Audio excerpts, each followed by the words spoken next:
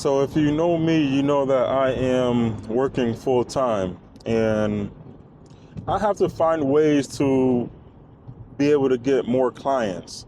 And when I get out of work, I'm doing a lot of editing and I have to figure out a way to, like I said before, get more clients. And I've been thinking of ways. And right before I left my job, I thought to myself, there's a lot of construction going on where I'm at, where I live in Connecticut. And I've always thought about, not always, I've just been thinking about just walking up to the construction workers if they're doing masonry, if they're doing whatever it is, roofing, if they're doing whatever the case may be, and just walking up to them, seeing them if they want content, like cold calling, but it's like a cold approach. I'm going to try that. And right now it's I just got out of work and it's 2:30 or a little after 2:30 right now, and I'm supposed to meet with a guy who does mechanic work in a garage, and he has a towing business and he does a lot of work on cars. I was supposed to have a meeting with him around 3:15, 3:30, talking about some content. And on the way there, I'm going to take, the back roads and see. Wow, there's a tree down. I want to take the back roads and see if there's any construction going on around, and if painting or whatever the case may be, if anybody wants content. And of course, the first one will be for free and it'll be a cold approach. So I'm going to do that and see how that goes. That may be my job. After I get out of work every day, I'll drive around for an hour and a half just to see if anyone needs it. And that may bring in clients, And another way that I'm thinking about getting more clients is a guy, David Moorfield. He's on YouTube. He's a cinematographer and a DP, and he does a lot of a lot of corporate documentary work. And he said he's been on Production Hub. So I am going to do a profile on Production Hub because I'm ready to level up. I'm ready to build my brand even more, and I want to get more into the corporate work, the corporate documentary interviews and all of that, the corporate events. And I see that he's doing really well, and he said that Production Hub really helped out. And it's a fee to it, but I may have to just bite the bullet and pay that fee. And yeah, I'm going to see how that is. And another thing is, like, I'm getting busy. I have gigs every week, and like I said, I work full time and I get insurance from my job. My wife, she's a stay-at-home mom, and she doesn't.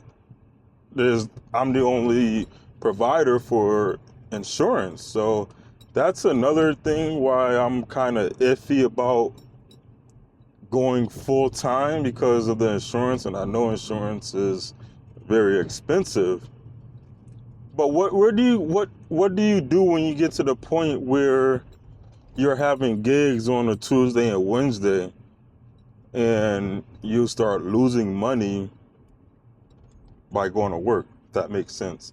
So if I know in Production Hub they have gigs, 2-3 day gigs, and it may be a Monday, Tuesday, Wednesday. What do I do? Like, what do I do? I just call out. I've been using my time for like my sick time and my vacation time whenever I do have gigs. Because honestly, I can do a gig and I can make more than a week's pay in 5 or 6 hours.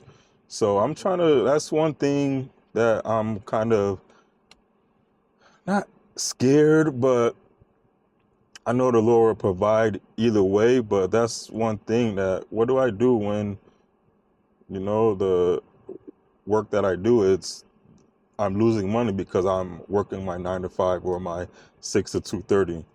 So that's